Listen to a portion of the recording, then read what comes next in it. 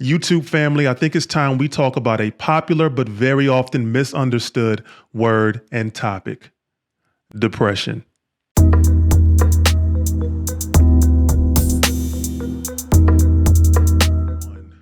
So what is depression? We've heard about it before, but what is it? Well, depression is one of the most common mental disorders. But hold on just a second. Let's pump our brakes, because first things first, we have to establish some things before we get too deep into the topic.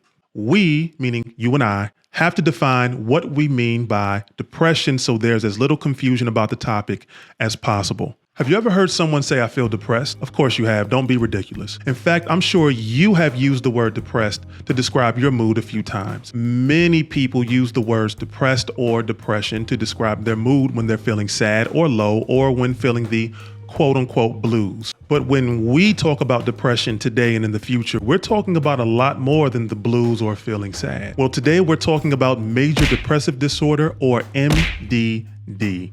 Most of you have heard it referred to as clinical depression or major depression, but we'll refer to it from here on out as major depression. It is the most commonly diagnosed form of depression, hence the reason why we're talking about it today. And while depression is often used interchangeably with sadness, we'll find that major depression is way more complex and debilitating. So let's get into it. According to the American Psychological Association, or APA, and the Diagnostic and Statistical Manual for Mental Disorders, major depressive disorder or major depression is a very serious mood disorder and mental illness. Now, you're already seeing how that previous sentence separates major depression from general sadness. If not, you will, trust me. Let's continue. You see, major depression does, in fact, cause feelings of sadness and a depressed mood. But wait!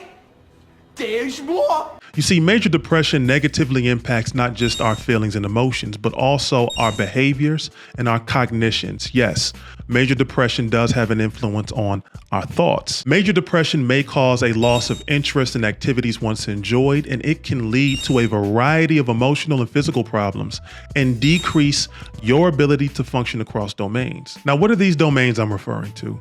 I'm referring to major areas of life, including how you view yourself, and your relationship you have with yourself, and your relationships with others. I'm also talking about major depression's impact on your ability to function at work or in your career, as well as its impact on your studies and educational performance. But let's peel back another layer and get deeper into the symptoms of major depression. Major depression can vary from mild to severe. Major depression also tends to be episodic in nature.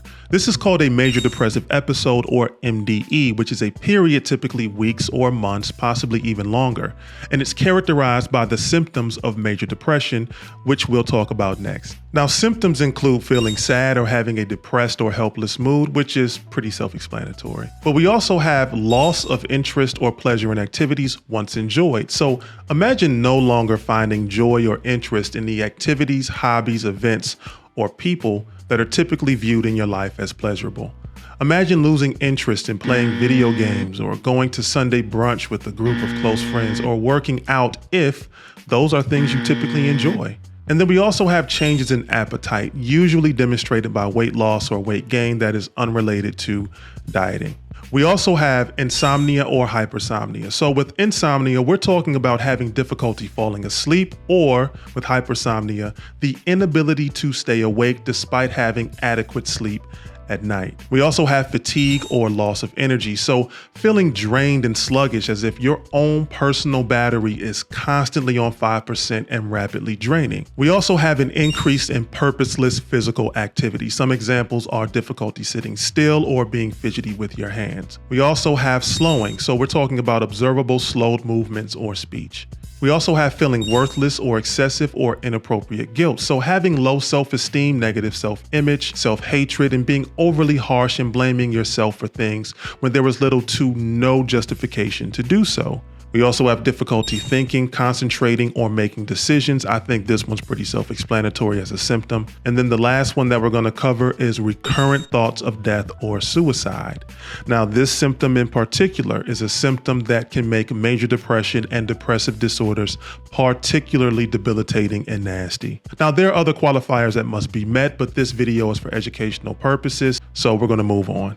Now let's talk about the prevalence and statistics of major depression. Major depressive disorder or major depression is a very serious mood disorder and mental illness that affects about 7% of the population. This is most likely an underestimate due to underreporting of symptoms, especially from men.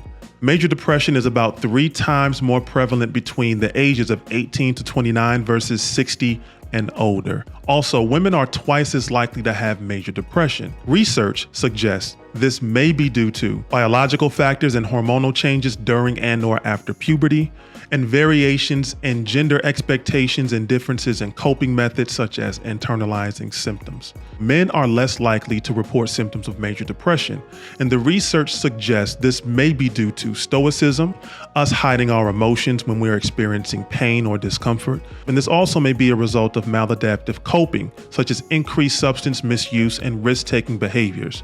Now, if you look at the definitions of major depression and its symptoms along with the statistics to accompany major depression, you'll notice how much more complex major depression is from typical sadness. So in summary, here are the things that we covered today. Major depressive disorder is a lot more complex and debilitating than general sadness or feeling depressed. Major depressive disorder, or MDD, or as we refer to it in this video, major depression, is one of the most common mental disorders. It is a very serious mood disorder and mental illness that is also the most commonly diagnosed form of depression. Now, major depression tends to be episodic in nature and can vary from mild to severe. And symptoms of major depressive disorder don't just impact feelings and emotions, they also have a significant impact on us physically and cognitively. Symptoms of major depressive disorder or major depression include feeling sad, depressed, and/or hopeless, loss of interest or pleasure in activities once enjoyed, changes in appetite, sleep disturbances, feeling worthless or inappropriate guilt, difficulty thinking, concentrating, or making decisions, and recurrent thoughts of death or suicide, and more. Major depression impacts approximately 7% of the population. Women are twice as likely to have major depression, but men are a lot less likely to report symptoms.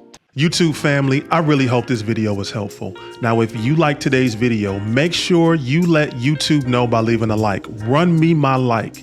It helps my videos show up in more search results so others who aren't subscribed can watch this video. Also, make sure you hit that subscribe button so you can stay up to date with all of the upcoming content on this channel, and share this video with others who can benefit from this information. Now, for the next mental realness video, we'll review the symptoms of childhood depression, and don't worry, I got you. In the near future, I'll also be making a video on treatment options for depression because, let's be very clear, just because depression can have a very tight grip on someone's life during a depressive episode doesn't mean that there aren't actions that can be taken to get back to living and enjoying life. And despite the cognitive distortions you may be having that result in feeling worthless and self-hatred and inappropriate guilt, you can take control of your life with some help. So until next time, make sure you take care of yourselves and take care of one another. Peace.